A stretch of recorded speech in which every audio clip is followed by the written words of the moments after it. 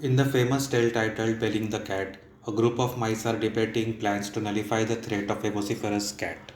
One of the mice suggests placing a bell around the neck of the cat so that they can be warned about its approach. The plan is applauded by everyone until someone asks, but who will place the bell around the cat? Upon hearing the question, everyone starts making excuses on how they will be unable to take up the task.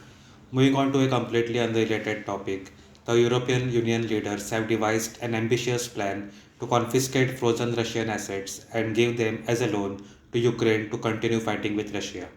It so happens that the US funded military aid to Ukraine is ending and the European Union countries themselves are facing a budget crunch.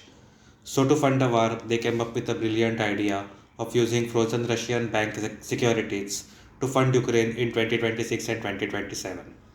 But such a move is illegal as per international law, and Russia has warned EU that it will be pure theft to use Russian assets to fund Ukraine and will most definitely draw consequences.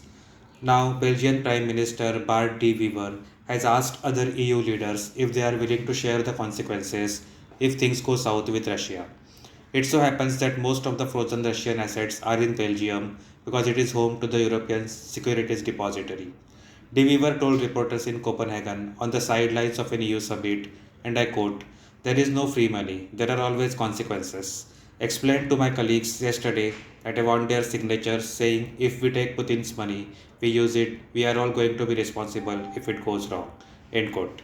United States and European Union have so far given over 200 billion US dollars in aid to Ukraine. They had hoped to weaken the Russian economy by aiding Ukraine in the war, but on the contrary, Russian economy has done very well since the war started, even outperforming US and major European economies. As the war wages on, it is pretty evident that both US and the EU are running out of options to keep funding Ukraine for the war.